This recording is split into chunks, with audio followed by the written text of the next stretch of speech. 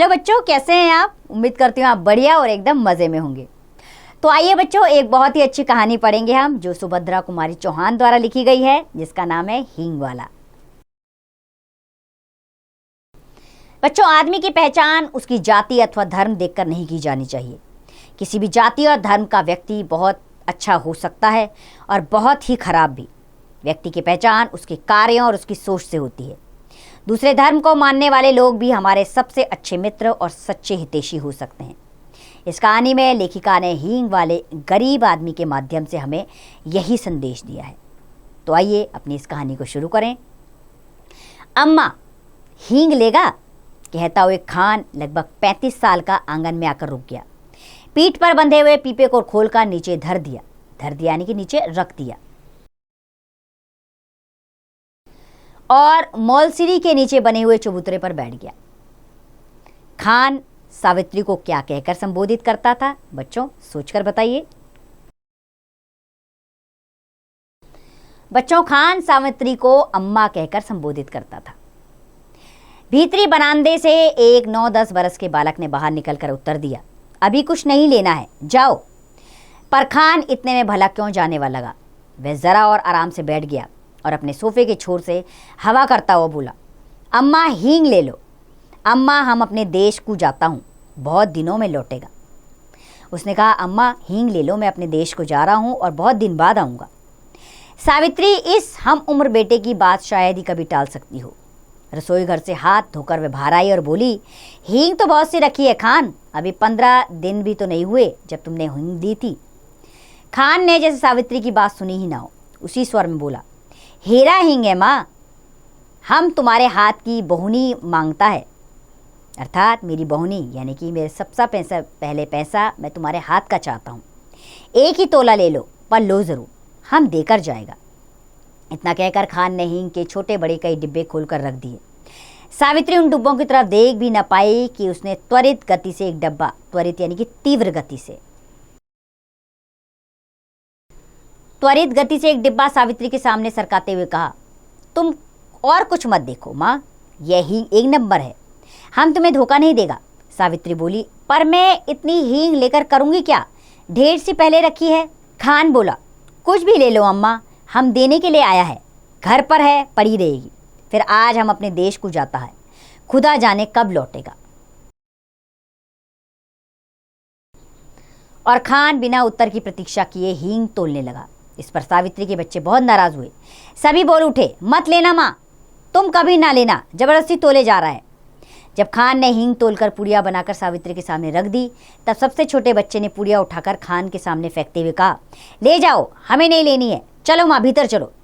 सावित्री ने किसी भी बात का उत्तर नहीं दिया। उसने हींग की पुड़िया उठा ली और 5 पैसे तोले के भाव से 6.25 आने लाकर खान को दे दिए। खान सलाम करके चला गया। सावित्री के बच्चों को माँ की यह बात अच्छी नहीं लगी। वे तीनों बहुत नाराज थे। उन्हें यही लग रहा था कि माँ ने खान को तो इतने पैसे दे दिए, अभी हम मांगे तो कभी ना देगी। 6 साल का छोटा बच्चा बोला, भैया माँ से पैसे मांगो, हम लोग मलाई का बर्फ़ खाएंगे। बड़े लड़के ने कहा, माँ तुमने खान को यूं ही इतने पैसे दे दिए हैं, हींग की ज़रूरत नहीं थी। इसके आगे कुछ कहने का साहस ना हुआ, पर छोटे के कानों में मलाई की बर्फ़ वाले की आवाज़ गूंज रही थी, मलाई का बर्फ़, ठंडा बर्फ़। वह माँ से बिगड़ कर बोला, दो माँ, 6 आने पैसे हमको भी दो, हम बिना लिए नहीं रहेंगे। 8 साल की लड़की भी गंभीर स्वर में बोली, तुम माँ से पैसे ना मांगो, वह तुम्हें ना देगी, उनका बेटा तो वही खान है, हम नहीं है। सावित्री को बच्चों की इन बातों पर हंसी आ रही थी, किंतु उसने अपनी हंसी दबाकर बनावटी क्रोध में कहा, चलो हटो, बड़ी बातें बनाने लग गए हो, खाना तैयार है, खाओ। छोटा बोला, पहले पैसे दो, तुमने खान को दिए हैं। सावित्री ने कहा, अच्छा चलो, पहले खाना खाओ, फिर रुपया तुड़वा कर 6 आने दूंगी। खाना खाते खाते हिसाब लगने लगा। रुपए में 16 आने, 6 आने रतन लेगा, 6 आने मुन्नी, छोटे के लिए तो 4 आने ही बचेंगे। छोटा बिफर गया यानी कि क्रोधित हो गया।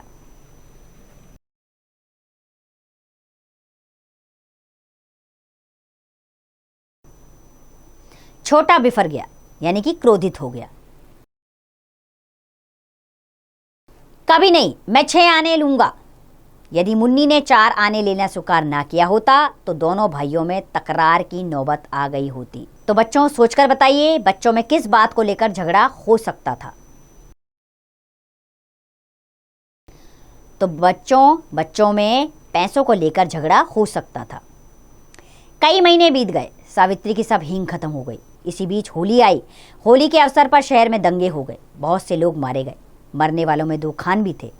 इससे खान लोगों ने बड़ा उत्पात मचाया। सावित्री कभी कभी सोचती, हींग वाला खान तो नहीं मार डाला गया। फिर सोचती, मार डाला गया हो तो मरने दो, दूसरे हींग वाले भी तो होंगे। परंतु ना जाने क्यों उस हींग वाले खान की याद उसे प्राय आ जाया करती थी। एक दिन सवेरे सवेरे सावित्री उसी मौलसिरी के पेड़ के नीचे चबूतरे पर बैठी कुछ बीन रही थी। स्कूल की छुट्टी थी। तीनों बच्चे आसपास खेल रहे थे। सावित्री ने सुना, उसके पति किसी से कड़े स्वर में कह रहे हैं, क्या काम है, भीतर मत जाओ, यहीं रुको। उत्तर मिला, हींग है हींग, हेरा हींग। और खान तब तक आंगन में सावित्री के सामने पहुंच चुका था। खान को देखते ही सावित्री ने कहा, बहुत दिन में आए हो खान, हींग तो कब की खत्म हो गई। खान देश को गया था अम्मा, परसों लौटा हूं। सावित्री ने कहा, यहाँ तो बहुत जोरों का दंगा हुआ। खान बोला, खान भी सुना, समझ नहीं लड़ने वालों में। सावित्री ने पूछा, खान दंगे की खबर सुनकर भी तुम हमारे घर चले आए, तुम्हें डर नहीं लगा?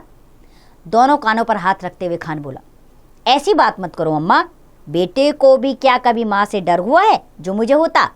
इसके बाद उसने अपना डब्बा खोला और एक छटांग हींग तोलकर सावित्री को दी।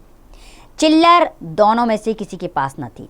खान पैसा फिर आकर ले जाएगा, कहता हुआ खान सावित्री को सलाम करके चला गया। दशहरा हिंदुओं का बड़ा त्योहार होता है। होली पर दंगा हो चुका था, अभी किसी प्रकार के दंगे की आशंका ना थी। शहर में सब जगह शांति थी। हिंदू होली ना जला सके थे, इसलिए दशहरा दूने उत्साह के साथ मनाने की तैयारी में थे। बच्चों आप सोचकर बताइए, हिंदू दशहरा दूने उत्साह के साथ मनाने की तैयारी में क्यों थे? हिंदू दशहरा दूने उत्साह के साथ मनाने की तैयारी में इसलिए थे क्योंकि होली में दंगा हो चुका था, अब कोई दंगा होने के आसार नहीं थे, इसीलिए वे इस त्योहार को बड़े उत्साह से मनाने की तैयारी में थे। 4 बजे शाम को काली का जुलूस निकलने वाला था। सावित्री के बच्चों ने कहा कि हम भी काली का जुलूस देखने जाएंगे। सावित्री स्वभाव से ही भीरू थी, फिर भला बच्चों को कैसे भेज सके। उसने बच्चों को पैसों का, खिलौनों का, सिनेमा का प्रलोभन दिया। प्रलोभन यानी कि लालच दिया, पर बच्चे ना माने सो ना माने, अर्थात वो उन्हें बाहर नहीं भेजने देना चाहती थी सावित्री अपने बच्चों को, लेकिन बच्चे मानने से इनकार कर रहे थे। नौकर शामू स्वयं जुलूस देखने को बहुत उत्सुक हो रहा था। उत्सुक यानी कि उतावला हो रहा था। उसने भी कहा, भेज दो ना माँ जी, मैं अभी दिखा कर लिए आता हूँ। मोहल्ले के और लोग भी तो गए हैं। और शामू ने कई कल्पित नाम गिना दिए। विवश लाचार सावित्री को इच्छा न होते हुए बच्चों को भेजना ही पड़ा। बच्चे तो खुशी खुशी जुलूस देखने गए और इधर सावित्री के प्राण जैसे मुरझा से गए। अब घर में वह थी और साल भर का गोदी का बच्चा। बच्चों को भेजने के साथ ही सावित्री उनके लौटने की प्रतीक्षा भी करने लगी। कभी भीतर जाती, कभी बाहर आती। देखते देखते दिन ढल गया, अंधेरा भी बढ़ने लगा, पर सावित्री के बच्चे ना लौटे। अब सावित्री को ना भीतर चैन था ना बाहर। इतने में उसे कुछ आदमी सड़क पर भागते हुए जान पड़े। वह दौड़कर बाहर गई। उन आदमियों से पूछा, ऐसे क्यों भाग रहे हो? काली का जुलूस तो निकल गया ना? एक आदमी ने बताया, दंगा हो गया माँ जी, दंगा, बड़ा भारी दंगा। पुलिस ने गोली चला दी है, लाशों के मारे सड़क बंद हो गई है, हजारों आदमी मर गए। सावित्री के हाथ पैर जैसे ठंडे पड़ गए। अब क्या करे? उस देहाती ने जवाब दिया, क्या हम तुहार बच्चन का पहचानित है माँ जी? पहचानित यानी कि पहचानता हूं मैं उन्हें। फिर जान से प्यारा कुछ हो नाई होत। जहां इतनी गोली चली रही है, घोड़ा दौड़त है, कौन मरर को जाए? उसने कहा, अम्मा मैं तुम्हारे बच्चों को पहचानता हूं क्या? फिर अपनी जान से बड़ा क्या है? इतनी गोलियां चल रही है, कौन जाएगा वहां मरने को? इनाम देव चाहे खजाना उलट देव, कोई ना जाए। उसने कहा, चाहे तुम इनाम दो या खजाना दो, वहां आप कोई नहीं जाने वाला। सावित्री सोचने लगी, सच तो है, इतनी भीड़ में भला यह देहाती मेरे बच्चों को खोज लेगा भी कैसे? उससे बच्चों की खबर लाने के लिए कहना भी भूल थी, पर करे भी तो क्या करे? आखिर उसने बच्चे को अकेले भेजा ही क्यों? वह तो बच्चे ठहरे, जिद तो करते ही हैं, पर भेजना न भेजना तो उसी के हाथ में बात थी। अगर वह ना भेजती तो क्या बच्चे जबरदस्ती चले जाते? तो बच्चों, आप सोचकर बताइए, सावित्री अपने आप को दोषी क्यों मान रही थी? सावित्री अपने आप को दोषी इसलिए मान रही थी कि उसे लग रहा था कि उसने अकेले बच्चों को जाने क्यों दिया, और वह शामू जब देखो तो अपनी टांग अड़ा देता है।